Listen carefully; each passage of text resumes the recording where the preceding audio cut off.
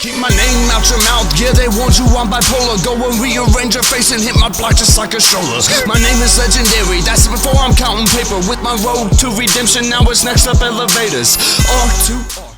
What's up, guys? Welcome back to this episode of the Road to Redemption podcast. I'm, as always, your host, Cam Williamson. We got our producer, Samuel Rankin, behind the camera. You guys will hear from him throughout the episode. Thank you so much. I don't know if Samuel was checking out the comments or not, but we've got a lot of great comments. Everybody's saying how much better the show's looking as we're learning and growing, so that's good. That's exciting. I want to start off first thing by shouting out a local story that I just found as we were searching through.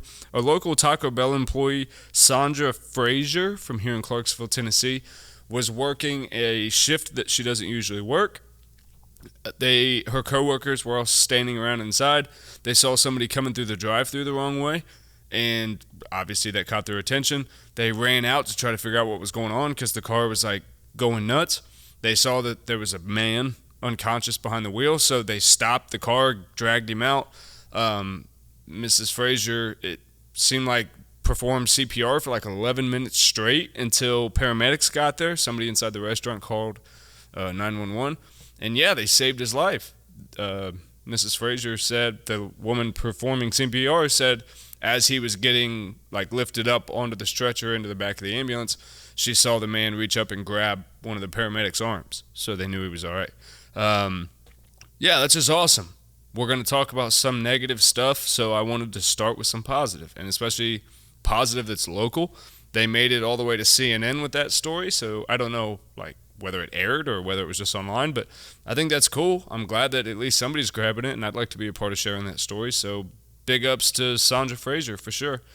Let's get this big one out of the way, because I think this is going to end up encompassing the episode where I keep forgetting to talk about it. So, The Fighter and the Kid, Bryan Callen, Brendan Schaub, most people that listen to this show know who they are. Most of you have honestly found me through either a Brendan Schaub video or a stand-up comedy video or a UFC fight review video that I've done, which is somewhere related to Below the Belt.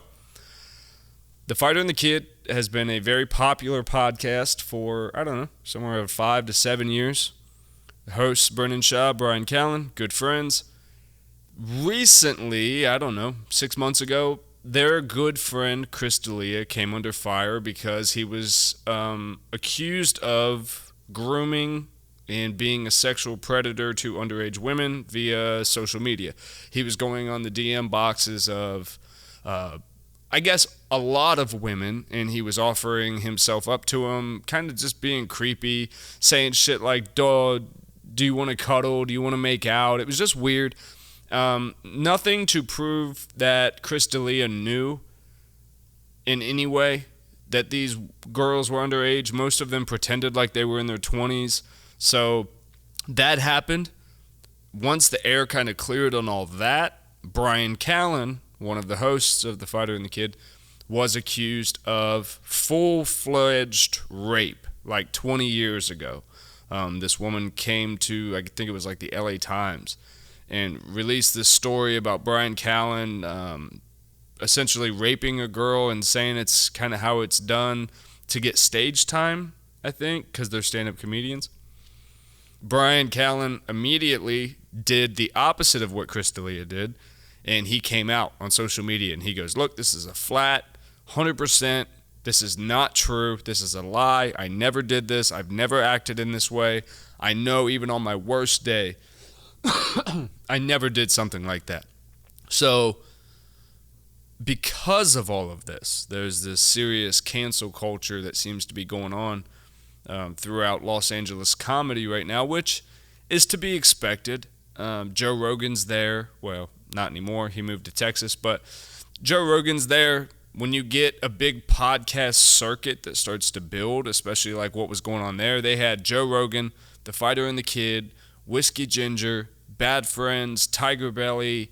You got The Fighter, not The Fighter and the Kid, King and the Sting, and you've got all these variant shows like This Past Weekend and stuff like that. So they've got this huge hub of attention around them right now.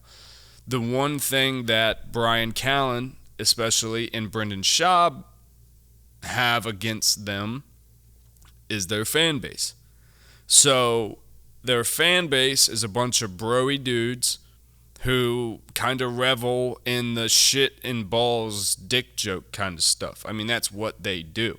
So with that, and with that bravado, and especially Brendan Schaub, I hate to say this, but over the span of the show, while their success has grown, probably monetarily wise and view wise and whatever, I think Schaub has taken the mindset that any publicity is good publicity, whether people are trashing you or not. And we can confirm that ourselves here at the Road to Redemption, because one of our most popular videos is me reviewing Brendan Schaub's stand-up comedy special, and I was trying to be positive about it when I did not enjoy it. I was just trying to find the positive to bring out, and we got over 15,000 views, and that's because it's got over, I think, 300 comments, and they're all shitting on Brendan Schaub. So it's like people were just waiting for something to happen to take these two down. Now, I don't even think this is warranted. I don't think the hate that Brendan Schaub gets on my video is warranted at all. I don't think it was a great stand-up comedy special, no. But the point that I made in the video, if you are not a stand-up comedian who is successful, you should not be telling anyone who is doing stand-up comedy how to do it. That was only my point, you know.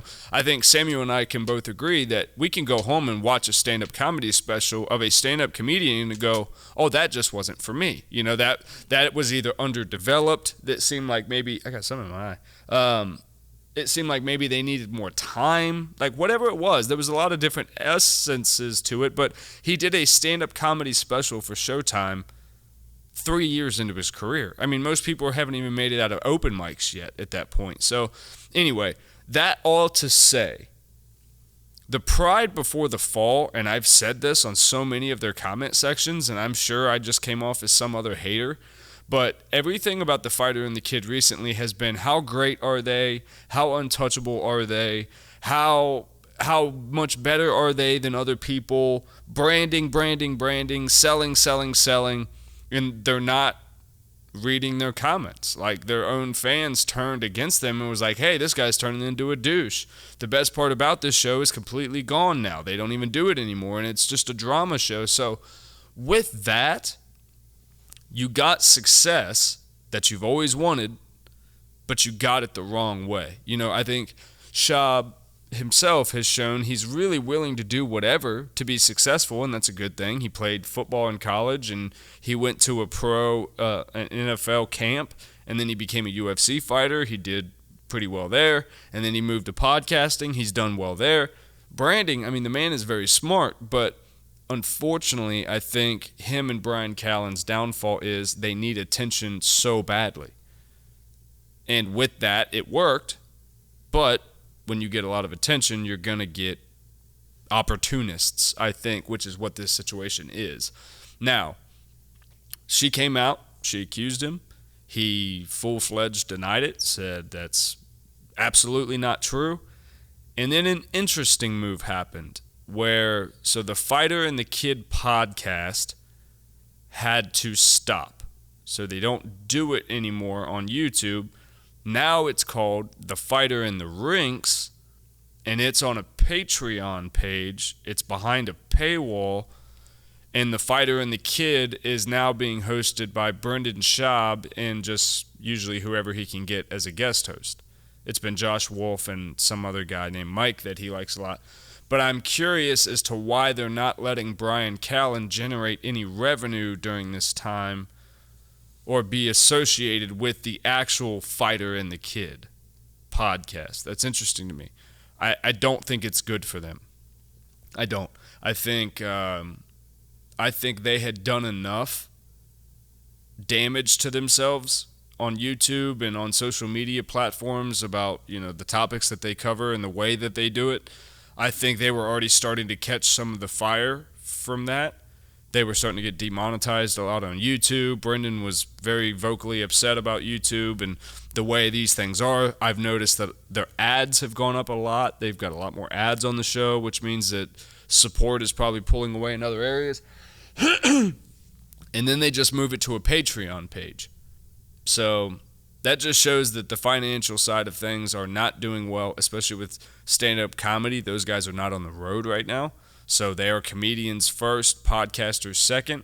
Stand-up comedy is gone. Well, now podcasting is gone for them, pretty much. So what does that mean for us as podcasters?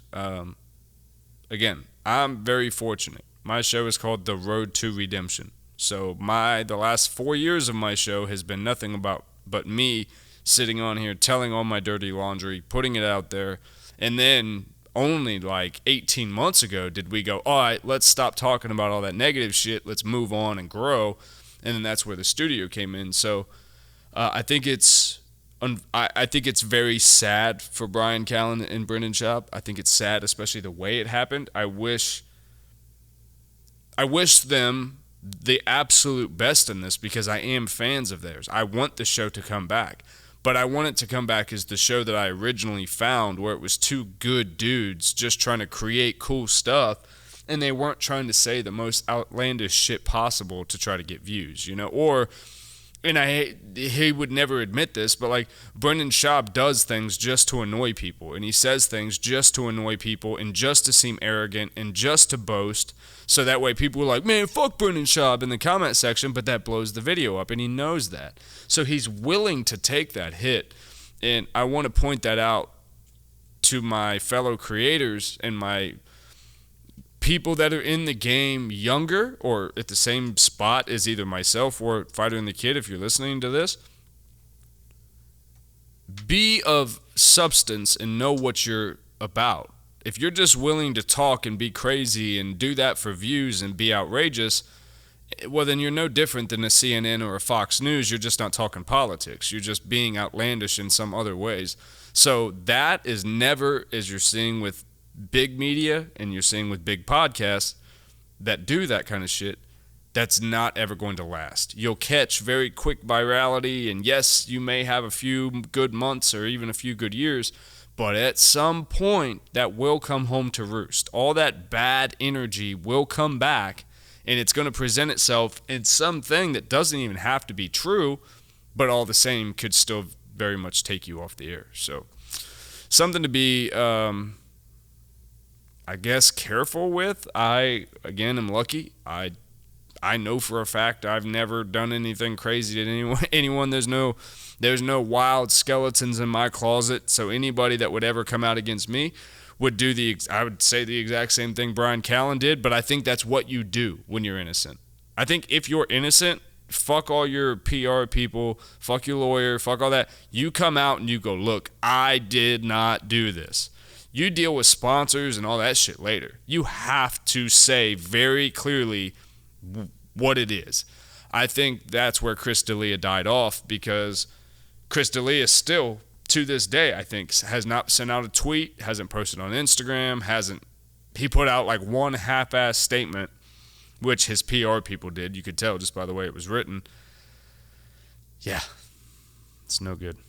It's no good, but hey, my 5-year-old daughter just told me she wants to be a YouTuber when she gets older. So, and I encourage that. I mean, obviously, look what her dad does for a living. So I'm not going to sit there and be like, oh, stay in school, kid, whatever. Like, that's not really going to fly.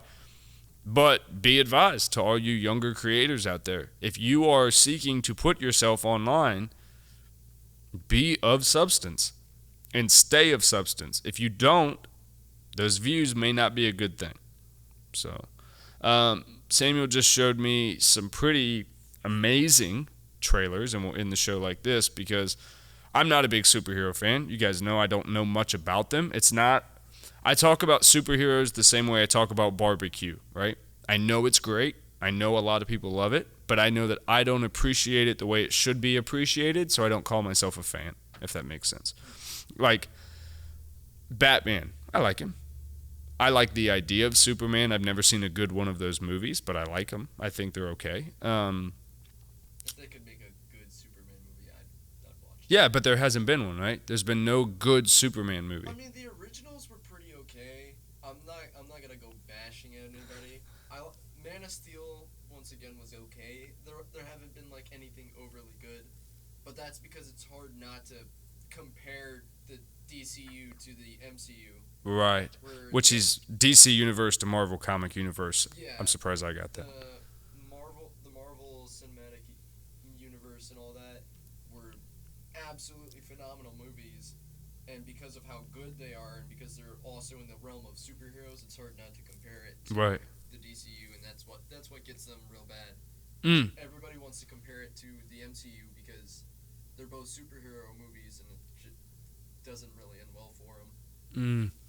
The ones we watched were Shazam, which is an older one. I've been seeing the cover for that, although I think like Amazon Prime has showed it a few times, so I told Samuel I was going to go home and watch that tonight. That seemed funny, which that's where they got me recently. That's DC. Shazam is DC. Yeah. Deadpool is DC. Deadpool is Marvel. Deadpool is Marvel. So the first superhero movie I really got into was Deadpool because I like Ryan Reynolds. It was funny. It wasn't really like your traditional like, oh, I'm a tough guy thing. Yeah. He was being a smart ass through the whole thing. I like that. Shazam looks like it's pretty much like that, where there's a kid, there's kind of back and forth banter. It looked like even though while he's trying to take being a superhero serious, he's kind of fucking off and like flirting with women, like, oh, I'm a superhero kind of thing. Yeah. That I can get into because that's an artistic expression that is funny. You're blending genres. Now, I also told Samuel I like Batman the Dark Knight with Christian Bale, obviously Heath Ledger. Amazing. That's my... Those ones were really good. I really enjoyed the best to me. Now, I did like Dark Knight Rising where they came out of the cave with Bane, right? I like that one. The reason I like those Batmans, obviously the story is very good. I don't think you need to understand the comic of Batman to know that, to get that story and appreciate it, which I don't know those. I like those now because of the content creation side of me. The film side of me, like I watch those with different inspirations and go, I would have never thought to span a building like that, or I would have never thought to catch that angle. And that's where you find different motivations and things like that. And then, but that's where I'm not able to sit and enjoy a movie anymore because I critique it. I'm like, oh, they missed that. That was an editing glitch and you just didn't catch it. My wife's like, dude, why don't you just enjoy the fucking movie? Like, I don't need to have all this pointed out to me. So, but Batman with Robert Pattinson, that doesn't come out till what, October 2021? Yeah, October 2021, sadly. I think it was October 31st, 2021. Halloween. Yeah. So almost a lot of the really crazy stuff that I've been seeing on like trailers and stuff is coming out in October. Around that time. Yeah. Well, they had the Morbius trailer. If you've seen that one, it's in the realm of Venom and all that. Because I like Venom. Most people did not like Venom. Did you? I loved Venom. I like Venom a lot, and everyone shit on it. They said it was terrible because of Tom Hardy, and they said the suit was awful. I was like, I thought Venom was one of the best ones that they've done recently. Yeah. I've seen. It's been better than all the SpiderMan movies that Sony's put out combined. That's why Samuel's here, everyone. Great minds think alike, because I agree. I thought all the Spider-Mans after Tobey Maguire were fucking whack. Yeah. And now, I don't know the Andrew Garfield story. I don't know his whole... Those ones were decent. I think they didn't really do a good job of Spider-Man. They threw him into the Avengers too fast, I feel. He became Spider-Man. They didn't let his character develop enough where you felt like he was actually Spider-Man. Then he became a part of the Avengers in like 2016, and it was like... The Andrew Garfield one, though. Who is that? I can't remember his name. I feel super bad because I can't remember his name. Super bad. Shout out to Jonah Hill and everyone. But yeah, guys, go check out. So Shazam, for sure. That looks super funny. I'll be watching that one tonight. Make sure you're on the rise. I was definitely downing Robert Pattinson as Batman. I thought his Twilight ass was not going to be. But that trailer, I mean, he looks legit. I was just telling Samuel, I like it because he's darker. Like in the clip that they showed of this trailer, Robert Pattinson was beating the hell out of somebody, and you could tell he clearly knocked him out, and he went for like 3 more on the ground, like ground and pound shots, and I was like, oh, because the people asked him, like, well, who the hell are you? And he walked up to the main dude, fucked him up, and he goes, I'm Vengeance. And I was like, oh, and he's got a dope Batman voice. I think Robert Pattinson's going to be very, very good. What was the guy's name? Tom Hardy. Tom Hardy. Tom Hardy was Venom. Yeah. Spider-Man was, we're going back to Google. Tom Holland. So there you go. Shout out Tom Holland, who made it Spider-Man to the Avengers, but buddy, you didn't. He did a really good job of playing Spider-Man. In that, yeah, I thought he did. But Andrew Garfield, I think, should have been given more time to develop his, and I think he could have made a good one for them. The first one was alright. I enjoyed the first one. I think they could have done better on like the origin of Yeah. it. But the second one, they did what commonly Spider-Man movies do, and they throw in way too many villains in it. Like That is true. That's a valid point. Yeah, we went in and started with Electro, then they threw in Green Goblin, and then at the very end they threw in Rhino, and you had no idea what was going on anymore. They were with all the Spider-Man movies, I feel like they try too hard to go for the Sinister Six. Sure. Because the Sinister Six is a big Spider-Man ordeal where he fights Lizard, Dr. Octopus. I know Doc Ock. I know Doc that one. Ock, Kraven the Hunter, Rhino, and there's two more. Oh, Vulture and Electro. Those are the six. And I think too often what Sony tried to do was pull in the Sinister Six too fast because they wanted to try and do it quick because they don't know if they can hold it out for 6 whole movies to bring in all the different characters, which they still don't even need to do that. They just need to bring in like maybe 2 characters that have a really good connection in the comics and in the movie, and do it that way and just build up slowly. But they kept trying to bring in way too many people and build it up super fast. I think that's where superhero movies have a difficult time because you have. The MCU did great. The MCU honestly did really good with the Avengers and building They up did. to it. Yes. It was really good. Because they put all the individual pieces together first to make it. Where I think with a lot of the superhero movies, you have such a loyal fan base to the comic books who already know the backstory and they know what's going on. So then if you just get a guy like me who's sitting next to you and we're watching that movie, I'd be like, yeah, that was a great movie. And you'd be like, what the fuck do you mean? That wasn't anything like what? And I'm like, I just like the movie. I don't know what's going on. And then some guys, you know, that are really about that life and they do the Comic-Con and shit, they're like, you're a fucking poser. And they go off and you're like, okay. Like, I just thought it was a good movie. But we're going to get Samuel and a couple of his buddies to start like a superhero podcast or something because I got to learn about this shit. But for right now, we got editing to do because we got a podcast to get to y'all. Guys, we're out of here. Samuel and I, we love you. We're going to check in on you. Make sure you like, thumbs up, subscribe, comment. Tell Samuel he's doing a great job because he is. I got to talk about this, so it's going to be just a minute. Hang with me if you can. August 29th, next Saturday, we are doing the grand opening of the Road to Redemption Studios. Myself, Samuel will both be here. I got to call him by his government name. Darion, Javon, they'll both be here. Darion is the owner of Sauce Unlimited. Javon is the owner of Jay the Great Customs. We got Ed of Moonlighting Graphics is in the house. Ashley Marie Photography is here. That is the Road to Redemption family. We'll all be in the studio and around. We got, I believe, 9 food trucks will be parked outside. Somewhere around 10 vendors. We've got 7 or 8 musicians that'll be performing. Right out back, we got a stage. It's going to be a good time. Now, if you come out, if you're in the Clarksville surrounding area, if you come out, to get in, we ask that you bring a donation, non-perishable food or clothes for Loaves and Fishes to help combat the homelessness here in the Middle Tennessee area. We ask if you can, donate monetarily to Loaves and Fishes, donate to any of the businesses that will be here. You can donate to the Road to Redemption Studio to help keep us up and running. And outside of that, guys, the only true goal of this event is to stop the spread of homelessness here in Middle Tennessee and to get good businesses exposure where they deserve it. And outside of that, we're just going to have fun, eat good food, and hang out. So we love you. We'll check in with you later.